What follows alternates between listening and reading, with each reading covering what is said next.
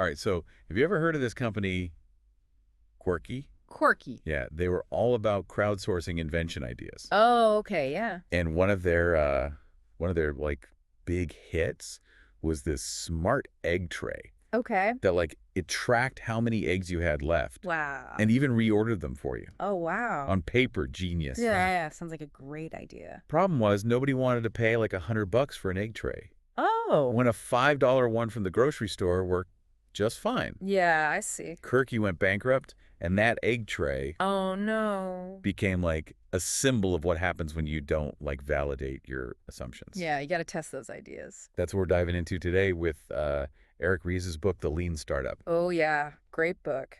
Honestly, it should be a required reading for anyone even thinking about a new business or product launch. I agree. It's all about avoiding those quirky-style disasters. Sure. So what's the core idea? Well, Instead of betting the farm on a single perfect product, right. you're constantly experimenting, learning, Yeah. adapting. Mm.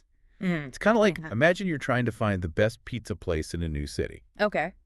but you can only try like one slice at a time. Okay. I like this analogy. You wouldn't just pick one at random and declare it the winner, right? No way. You'd gather intel, Yes. test different slices, Absolutely. and refine your search based on what you learn. Exactly. That's the lean startup in a nutshell. It really is. It's all about those small experiments. Yeah, so what's fascinating about this approach? Well, I think what's really cool is that it shifts the focus Yeah. from building the perfect product to building the right product. And the key to finding that right product lies in this constant cycle of building, measuring, and learning. Okay, so let's break down that build, measure, learn feedback loop. Okay. I think I get the gist, but walk me through it. Sure. Like I'm someone who's never heard of it before. Okay, so imagine you have an idea for a new productivity app. Okay. Instead of spending months, maybe even years, developing a super polished version with every bell and whistle. Yeah. You start by building a very, very basic version. Okay. It might even just be a simple landing page Oh, wow. explaining the concept and a sign-up form Got it. to gauge interest. Ah, so that's what people mean by a minimum viable product, or MVP. Exactly. Not about being perfect, but about testing the waters quickly. Exactly. You got it. The Dropbox story from the book is a great example, Oh, right? yeah, for sure. They didn't start by building this complex file syncing infrastructure. Right. They created a simple video Yeah. demonstrating the product's functionality. Just to see if people would get it. Yeah, and this allowed them to see if people even understood and wanted the solution Right. before they invested heavily in development. It's a brilliant move. It's such a smart move. It is. So you put your MVP out there, and then what? Well, Just sit back and hope for the best. not quite. Okay. This is where the measure part of the loop comes in. Okay. You have to carefully choose metrics that give you real insight. Okay. Not vanity metrics like how many people visited our website, Yeah. but things like how many people signed up Yeah. or what features are they actually using. So it's about replacing gut feelings with cold, hard data. Think of it more like replacing assumptions with informed decisions. Okay.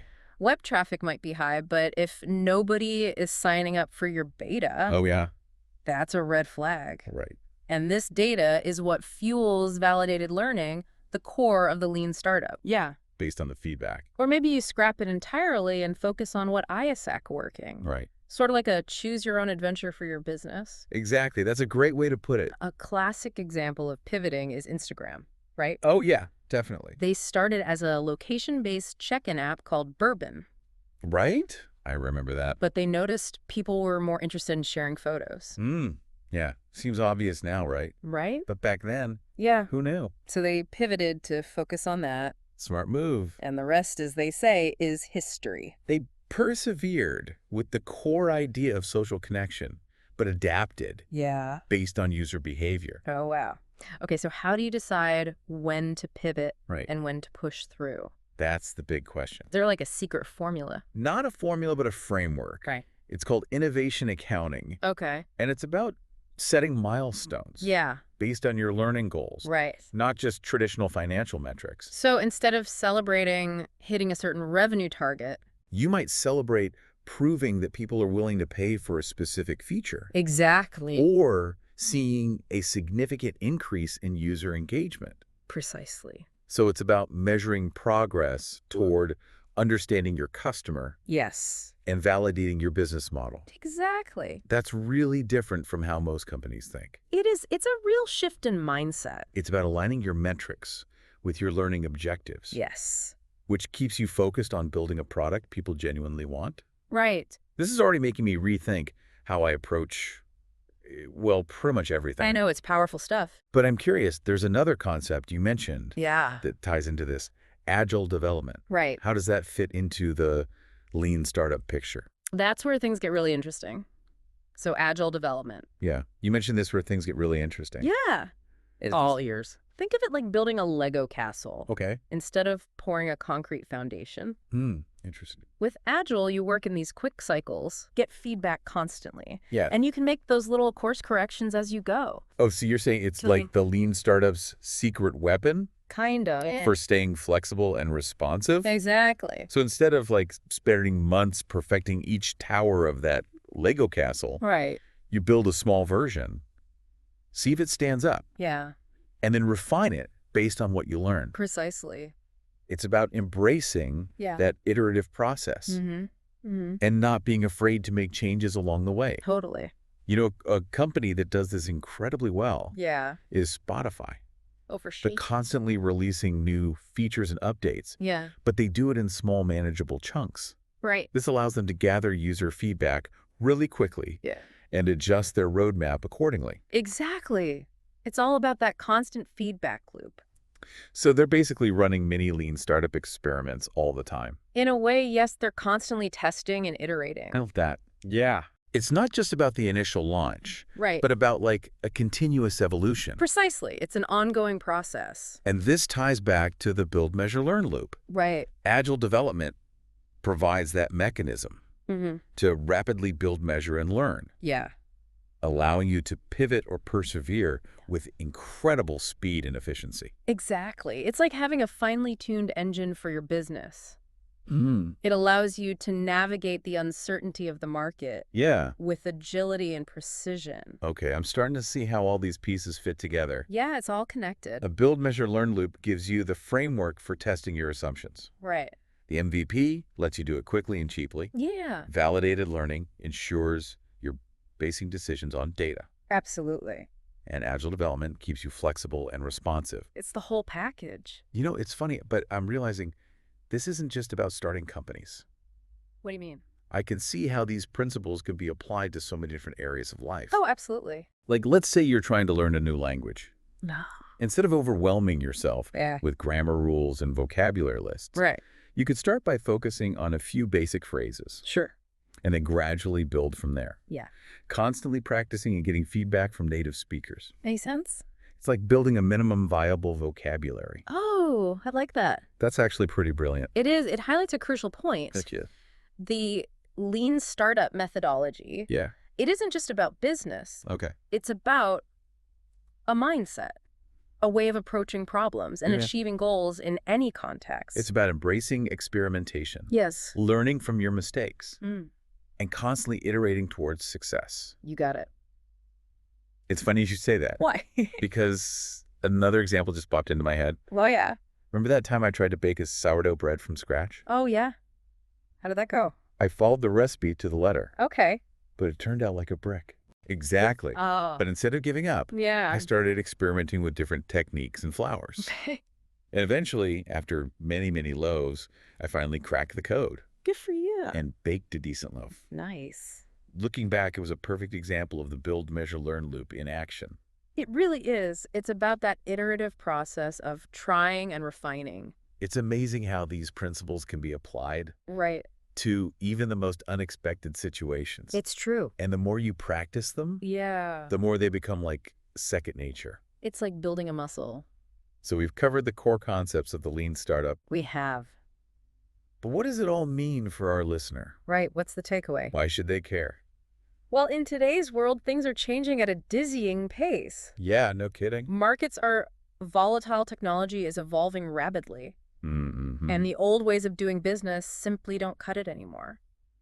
It's almost like you need to be comfortable with a certain level of chaos Yeah, you could say that. to succeed these days. I think that's a good way to put it. And that's where the lean startup shines. It does. It provides a framework for navigating uncertainty, Mm-hmm. embracing change, Yeah. and making smarter decisions in a world where the only constant is change itself. That's a powerful tool. So instead of being paralyzed by the fear of making the wrong move, Right. you can embrace a more iterative experimental approach, Yes. testing your assumptions and adapting based on what you learn. Exactly. It's about being agile and responsive. Whether you're an entrepreneur launching a new venture, Okay. a manager leading a team, Mm-hmm. or simply someone who wants to be more effective and achieve their goals, Right. the Lean Startup offers a powerful set of tools It does. for navigating the complexities of the modern world. Absolutely. It's almost like having a superpower, What do you mean? the power to adapt, to learn, and to turn uncertainty into an advantage. I love that. Okay, I'm feeling inspired. You too. I think I need to reread The Lean Startup with fresh eyes after this. It's always a good read. But before we wrap up, I have one final thought-provoking question for you, dear listener. Okay, hit me with it. Imagine you had the chance to go back in time Okay. and have a coffee chat Okay. with the founders of Quirky, that company with the infamous $100 egg tray we talked about earlier. The egg tray. Okay, I'm listening. Knowing what you now know about the Lean Startup, what's like the one piece of advice you'd give them Oh, man, that's a good question. to help them avoid those pitfalls? It's tough because there's so much you could say, but I think if I could only give them one piece of advice, I'd tell them, Okay. don't get so caught up in the brilliance of the invention Okay. that you forget about the practicality of the solution. Ooh, I like that. You know what I mean? Yeah. It's a good reminder that Yeah, sometimes a simple solution is better than a complex one, for sure.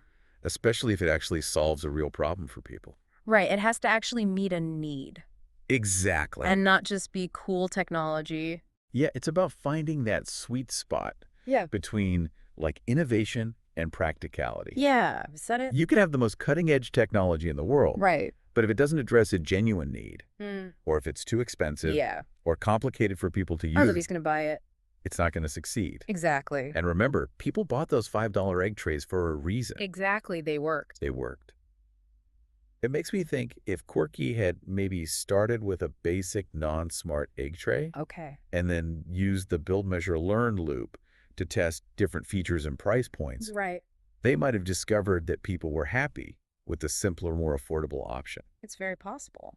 So instead of assuming they knew what people wanted, Yeah. they could let the market guide them Right. towards a more viable product. Exactly. That's the power of the lean startup. It's a good lesson for all of us, For sure. whether we're building businesses Yeah. or just trying to make better decisions in our own lives. Yeah. Well, on that note, dear listener, we'd love to hear your thoughts. Yeah. What do you think? What advice would you give to those quirky founders? Or maybe you've applied the lean startup in your own life. Yeah, share those aha moments with us. Yeah. Tell us about it. What did you build, measure, and learn? And remember, as we've discussed today, the beauty of the lean startup Yeah. is that it's not just a set of business principles. It's a mindset, Right. way of approaching challenges, Yeah. and embracing opportunities for growth and learning in any aspect of your life. So go forth and experiment. Yes. Test your assumptions. And never be afraid to pivot. You never know what amazing discoveries await you That's right. on the other side of that learning curve. Exactly.